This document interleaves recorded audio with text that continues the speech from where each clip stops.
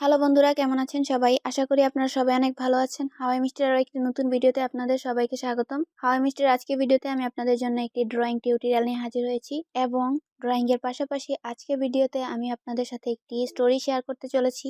আশা করি আপনাদের গল্পটি ভালো লাগবে। আর ভিডিও শুরুতে আপনাদের রিকোয়েস্ট করব, যদি আমার চ্যানেলে সাবস্ক্রাইব না করে থাকেন তাহলে আমার চ্যানেলে সাবস্ক্রাইব করুন এবং পাশে থাকা বেল আইকনে ক্লিক করে অল নোটিফিকেশন অন করে রাখুন। আর আপনারা যদি আমার ভিডিও ফেসবুকে দেখতে চান তাহলে ফেসবুকে আমার পেজে ফলো করতে পারেন। জীবনটা কখনো থেমে থাকে না, জীবনটা চলে যায় তার মতো। মাঝে মাঝে কারোর জন্য মনটা থেমে যায়, তখন মনের কোনো কোণে লুকিয়ে থাকা কিছু স্মৃতি উকি দেয়। ক্ষণিকের মধ্যে হঠাৎ করেই মনটা মলিন হয়ে যায়। কত ইচ্ছে, কত স্বপ্ন, সব কেমন যেন হঠাৎ মুহূর্তেই শেষ হয়ে যায়। স্তব্ধ হয়ে যায় স্মৃতিগুলো, পরে থাকে বছরের পর বছর। একসময় সবাই ভুলে যায়, আবার মাঝে মাঝে মনে হলে চোখের জলগুলো ঝরে যায়। আমি তুলি, সবেমাত্র ইন্টার সেকেন্ড ইয়ারে পড়ি। সবার জীবনে কোনো না কোনো প্রিয় মানুষ বা প্রিয় বন্ধু তাই থাকে। আর সেই প্রিয় বন্ধুগুলোকে হঠাৎ করে কেন জানি ভালো লেগে যায়। কাছের বন্ধুটি কেন জানি একসময় প্রিয় স্থানটা দখল করে নেয়। তখন কেউ খুব সহজেই বলে দিতে পারে, আবার কেউ বছরের পর বছর অপেক্ষা করেও বলতে পারে না। আবির আমার 3 বছরের সিনিয়র। আবির আর আমি একই স্কুলে পড়তাম। দুজনের বাসা একই এলাকায় হওয়ায় দুজন একই সাথে স্কুলে আসা যাওয়া করতাম। সিনিয়র হওয়া সত্ত্বেও আমরা খুব ভালো বন্ধু ছিলাম। একসাথে স্কুলে যাওয়া, প্রাইভেটে যাওয়া ইত্যাদি। আমরা একে অন্যকে তুই করে বলতাম। মাঝে মাঝে আবিরের ব্যবহারে আপসেট হয়ে যেতাম। মাঝে মাঝে এমন ব্যবহার করতো, মনে হতো আমরা দুজন প্রেমিক প্রেমিকা। প্রায় সময় কেন জানি তাকিয়ে থাকতো। এটা অবশ্য খেয়াল করেছি, যদিও তখন আমরা অনেকটা ছোট। আবির ছিল বোকা টাইপের ছেলে, এই জন্য বোকার মতো চেয়ে থাকতো, কিছু বলতো না। আমি কখনো ভাবিনি ওর বোকার মতো চাহনিতে কতটা মায়া, কতটা ভালোবাসা লুকায়িত ছিল। সে আমাকে বলেছিল ভালোবাসি, কিন্তু আমি তাকে ওইভাবে কোনোদিনই ভাবিনি। আমি সবসময় ওকে ভালো একজন বন্ধু ভাবতাম। আর একজন ভালো বন্ধুই একজন ভালো প্রেমিক হতে পারে, আর একজন ভালো প্রেমিক লাইফ পার্টনার হতে পারে। একদিন আমি আর আবির স্কুল থেকে বাড়ি ফিরছিলাম, তখন একটা ছেলে আমাকে প্রপোজ করে। যদিও আবিরের সামনেই না করে দিয়েছিলাম, তবু কেন জানি সেদিন আবিরের মুখের দিকে তাকানো যাচ্ছিল না। কেমন জানি হাসিমাখা মুখটা মুহূর্তের মধ্যে মেঘের মতো কালো হয়ে গিয়েছিল। আমি বুঝতে পারিনি সেদিন কেন এমন হয়েছিল, যদিও আজ বুঝতে পারছি। সেদিনের পর থেকে আবির আর স্কুলে আসেনি কয়েকদিন। আমি তার খবর নিতে ওর বাসায় গেলাম। আমাকে দেখা মাত্রই কান্না শুরু করে দিল। সত্যি বোকা টাইপের ছেলে, কিন্তু কান্নাটা অনেক সুন্দর। কাঁদছে কেন জিজ্ঞেস করতেই বলল, ওই ছেলের সাথে কথা বললি কেন? আমি ওকে বোঝালাম, দেখ আমি তো বলতে চাইনি, সে এসে প্রপোজ করেছে। আর আবির বলল আমি যেন ওই ছেলের সাথে আর কথা না বলি। আমি মেনে নিলাম, কারণ আবির আমার বেস্ট ফ্রেন্ড। আমরা সব কিছু শেয়ার করতাম, এমনকি একটা সেন্টার ফ্রুটকেও শেয়ার করে খেতাম। কেটে গেল কয়েকটি মাস, এভাবেই চলছিল স্কুল লাইফটা। সত্যি খুব ভালো কাটছিল দিনগুলি। আমি কখনো ভাবিনি আবির আমাকে প্রপোজ করবে। আবির আমাকে জুনের 10 তারিখ প্রপোজ করেছিল। আমি তাকে না করে দিলাম, কারণ তাকে কখনো বন্ধু থেকে বেশি ভাবিনি। আমি আগে থেকেই জানতাম তার আমার প্রতি দুর্বলতা আছে। তারপরেও প্রপোজ করার জন্য রাগ করে ওর সাথে অনেকদিন কথা বলিনি। কিছুদিন পর আমার অর্ধবার্ষিক পরীক্ষা চলে আসলো। আবিরেরও পরীক্ষা চলছে, কিন্তু জানতে পারলাম 2টা পরীক্ষা দেয়নি আবির। কেন জানি খবর নিতে ইচ্ছে করলো, তাই ওর বাসায় চলে গেলাম। বাসায় গিয়ে ওর আম্মুর সাথে দেখা হলো। ওর আম্মুকে জিজ্ঞেস করাতে বলল জ্বর এসেছে 2 দিন ধরে, কিছু খাচ্ছে না তেমন। ওর পাশে গিয়ে বসলাম। মুখটা ফুলে আছে, মনে হয় 2 দিন ধরে অনেক কান্না করেছে। আমার হাতটা ধরে কান্না শুরু করে দিল সে। বলল, প্লিজ আমাকে ছেড়ে যাস না, আমি তোকে ছাড়া বাঁচব না, আমি তোকে ভীষণ ভালোবাসি। মুহূর্তে মনটা কেমন জানি হয়ে গেল ওর কান্না দেখে। খুব মায়া লাগলো ওর জন্য। নিজের অজান্তে আমিও কেঁদে ফেললাম। আমি কাঁদছিলাম কেন? তাকে তো আমি ভালোবাসি না, তো কেন কাঁদছিলাম? তার জন্য আমার মায়া হচ্ছিল কেন? এ কথাগুলো এখন মাঝে মাঝে ভাবি। সত্যি তার জন্য মায়া হয়েছিল, খুব মায়া হয়েছিল। হয়তো তাকে ভালোবেসে ফেলেছিলাম এই জন্য। ওকে বুঝিয়ে কিছু খাওয়ালাম, বললাম ঠিক আছে, তুই যা বলবি তাই হবে। খুব ভালো চলছিল দিনগুলি, সত্যি খুব ভালো চলছিল। দেখতে দেখতে টেস্ট পরীক্ষা চলে এসেছে। আমিও প্রস্তুতি নিলাম ভালোভাবে পরীক্ষাটা দেওয়ার জন্য। দেখতে দেখতে পরীক্ষাটা শেষ হয়ে গেল। খুব ভালো পরীক্ষা দিলাম। একদিন একটা খবর শুনে বাকরুদ্ধ হয়ে গেলাম। এক উকিলের ছেলের সাথে আমার বিয়ে হয়ে গেছে। আমার সিদ্ধান্ত ছাড়াই আমাকে নাকি না জানিয়ে আমাদের বিয়ে রেজিস্ট্রি করা হয়ে গেছে। মাথায় যেন আকাশ ভেঙে পড়ল বাবার কথাটা শুনে। কি করব বুঝতে পারছি না। ছেলেটাকে আমি চিনতাম, বাবার বন্ধুর ছেলে। আমি তাকে বড় ভাই বলে ডাকতাম। সেদিন সারা রাত কেঁদেছিলাম আবিরের জন্য। কেউই দেখেনি সেই কান্না, কেউ বুঝেনি, কেউ বুঝতেও চায়নি, কেউই ভাবেনি আমার মত ছিল কিনা, সারা জীবনের জন্য যার সাথে থাকতে হবে তাকে পছন্দ করি কিনা একটাবারও মতটা নেওয়ার প্রয়োজন মনে হয়নি কারু। আমাদের মতো মেয়েরা কি বাবা মার কাছে এতটাই বোঝা হয়ে যায়, যার কারণে নিজের খুশি, নিজের ইচ্ছা আকাঙ্ক্ষাগুলো মাটি চাপা দিয়ে বাবা মার পছন্দের কাউকে মেনে নিতে হয়? আমাদের তো অধিকার আছে। তাহলে কেন বুঝতে চায় না কেউ আমাদের? সবাই শুধু ভাবে বিয়ে হয়ে গেলেই হাফ ছেড়ে বাঁচি। কি অদ্ভুত আমাদের সমাজটা। আবিরের জন্য খুব কষ্ট হতো, খুব কান্না করতাম। কত রাত কেঁদে পার করেছি আবিরের কথা ভেবে। কি লাভ সেই কান্নার? কোনো লাভ নেই, কোনো মূল্য নেই সেই কান্নার সমাজের মানুষদের কাছে। একদিন শুনেছিলাম আবিরকে খুঁজে পাওয়া যাচ্ছে না। 1 মাস কেটে গেল, তবু আবিরের কোনো খোঁজ নেই। আর কেউ না জানুক, আমি জানি সে কেন বাসা থেকে চলে গেছে। হয়তো কষ্টটা সইতে পারেনি। খুব ভালোবাসতো আমায়। আমাদের বাড়ির পাশে একটা নদী ছিল। আমি আর আবির প্রায় সেখানে যেতাম। আমি তাই প্রায় প্রতিদিন সেখানে যেতাম যদি ওকে দেখতে পাই। কিন্তু না, পেলাম না ওকে। আজ আমার বিয়ের অনুষ্ঠান। রেজিস্ট্রি তো আগেই হয়ে গেছে। আজ ধর্মীয় রীতিনীতি মেনে বিয়ে হবে। আমি কনে সেজে বসে আছি। তখনই অনেকগুলো মানুষের সঙ্গে আবির আমাদের ঘরে এসে ঢুকছে। ওকে দেখে আমি ছুটে গেলাম ওর কাছে। কষিয়ে চড় বসিয়ে দিলাম ওর গালে। বললাম, এতদিন কই ছিলি? কাউকে কিছু না জানিয়ে কোথায় গেছিলি? একবার কারো কথা ভাবলি না? ভাবলি না আমার কি হবে? নিজের ভালোবাসার কথা তো অনেকবার বললি। আমাকে বলার সুযোগ দিবি না? আমি অনেক ভালোবাসি তোকে। তোকে ছাড়া জীবনটা অসম্ভব। আমায় ছেড়ে আর কখনো কোথাও যাবি না। আমি বাঁচব না তোকে ছেড়ে। হয়তো শরীরটা বেঁচে থাকবে, কিন্তু আত্মাটা বেঁচে থাকতে পারবে না।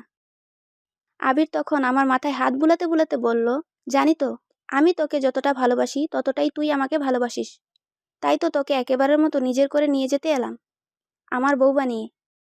আবিরের কথা শুনে আমার হুঁশ ফিরল। তখন আমার মনে পড়ল, আজ তো আমার বিয়ে, কিন্তু আমার তো আগেই রেজিস্ট্রি হয়ে গেছে অন্য কারোর সাথে। আমি বললাম, কি বলছিস এসব? আমরা কখনো এক হতে পারবো না। আমি আমার মনের কথা বলতে সত্যি দেরি করে ফেলেছি। এখন সব শেষ হয়ে গেছে। আমি আমার মা বাবাকে বিয়ের আসরে অপমানিত হওয়ার জন্য রেখে তোর সাথে যেতে পারবো না। আবির তখন বলল, তুই কি ভাবছিস আমি তোকে নিয়ে পালিয়ে যাব? না, আমি তো তোকে নিয়ে পালাবো না।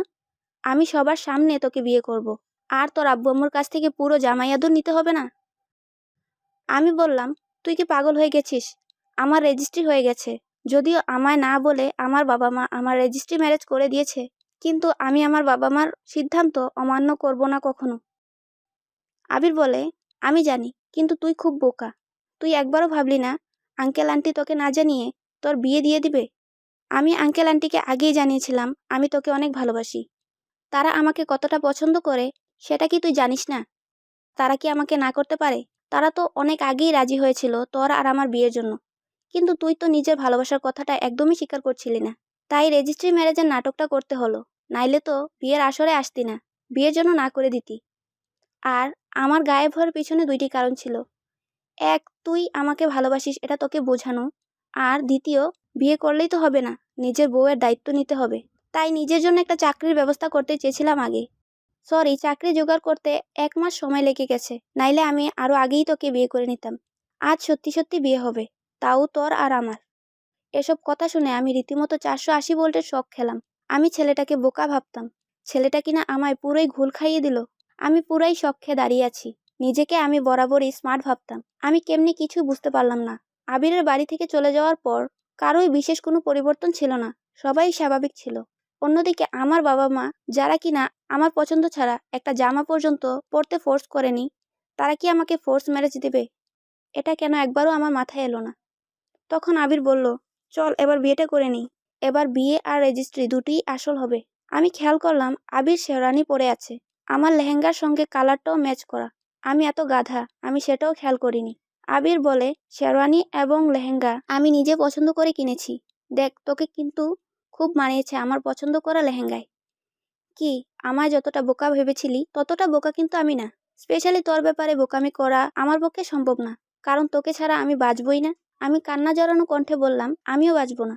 আমার আর আবিরের বাড়ির সবাই জানে যে আমার সঙ্গে আবিরেরই বিয়ে হচ্ছে, শুধু আমি জানি না। সবাই খুশি, আমিও অনেক খুশি। অবশেষে বিয়েটা হয়ে গেল। বিয়ের পরে সবাই ছবি তুলতে ব্যস্ত। আমি আর আবির পাশাপাশি বসে আছি। আমি তাকে জিজ্ঞেস করলাম, আচ্ছা, আজও যদি আমি আমার মনের কথাটা না বলতাম, তাহলে কি আমায় বিয়ে করতি? আবির বলে, আমি জানতাম তুই বলবি তুই আমায় ভালোবাসিস। আর যদি না বলতি তাহলেও বিয়েটা তো আমি তোকেই করতাম। আমি তোর বেস্ট ফ্রেন্ড। আমি তোকে অনেক ভালো করে চিনি। তুই বলার অনেক আগেই আমি বুঝে গিয়েছিলাম তুই আমাকে ভালোবাসিস। তোকে আমি তোর থেকেও ভালো করে চিনি। তুই তো ছোটবেলা থেকে এমনই, নিজের মনের অনুভূতিগুলো বুঝতে পারিস না। আচ্ছা, এখন আরেকবার বল। আমি জিজ্ঞাসাসূচক দৃষ্টিতে বললাম, কি বলবো? আবির বলল, এই যে তুই আমাকে ভালোবাসিস। তখন লজ্জায় আমার মুখটা লাল হয়ে গেল। আবির বলে, ইস, এইভাবে লজ্জা পেলে আমি তো ক্ষণে ক্ষণে প্রেমে পড়ব। আমি বললাম, তুই কিন্তু অনেক বেশি দুষ্টুমি করছিস। আমি বলবো না। আবির বলে, কি বলবি না? আমি বললাম, বলবো না যে আমি তোকে ভালোবাসি। আবির মুচকি হেসে বলে, ও আচ্ছা, তাই নাকি? কিন্তু আমার পাগলি বউটা মনে হয় সত্যিই পাগল হয়ে গেছে। থাক, বলা লাগবে না। আমি বলি, অনেক অনেক বেশি ভালোবাসি তোকে। তোর জন্য সব ছাড়তে পারি, কিন্তু তোকে ভালোবাসাটা ছাড়তে পারবো না। আমি বললাম, আমিও তোকে অনেক ভালোবাসি। হয়তো বুঝতে একটু দেরি করেছি, কিন্তু এখন ভাবলে বুঝতে পারি আসলে অনেক আগে থেকেই তোকে ভালোবাসতাম। এভাবে ভালোবাসার মাঝে দেখতে দেখতে অনেকটা সময় পার হয়ে গেছে আমাদের বিয়ের। কিন্তু ওর আমার প্রতি ভালোবাসা কমেনি, বরং বেড়েছে। আমারও তাই। আমিও অনেক ভালোবাসি ওকে। ও যেদিন অফিস থেকে ছুটি পায় সেদিন আমাকে শাড়ি পরতে বলে, তারপর আয়নার সামনে বসিয়ে নিজের মনের মতো সাজায়। বেশি কিছু না, চোখে কাজল, কপালে টিপ, হাতে এক মুঠো চুড়ি আর চুলগুলো খোলা রাখতে বলে। তারপর অবাক হয়ে তাকিয়ে থাকে আমার দিকে। আমি জিজ্ঞেস করলে বলে, ও নাকি স্কুলে যখন আমার দিকে তাকিয়ে থাকতো তখনই ভাবতো যখন আমায় বিয়ে করবে তখন আমায় এভাবে সাজাবে। আমি আর কি করব, সেজেগুজে আয়নার সামনে বসে থাকি, আর আমার পাগল বরটা আমার পাশে বসে এক পলকে তাকিয়ে থাকে আমার দিকে। আসলেই আমি অনেক সৌভাগ্যবতী। যদিও ভালোবাসাটা বুঝতে ও ভালোবাসার কথা বলতে দেরি করে ফেলেছিলাম, কিন্তু আমায় আমার ভালোবাসার মানুষটাকে হারাতে হয়নি। সে ঠিকই আমাকে নিজের করে নিয়েছে। আমার ভাগ্যটা ভালো ছিল বলে, কিন্তু সবার ভাগ্য এত ভালো থাকে না।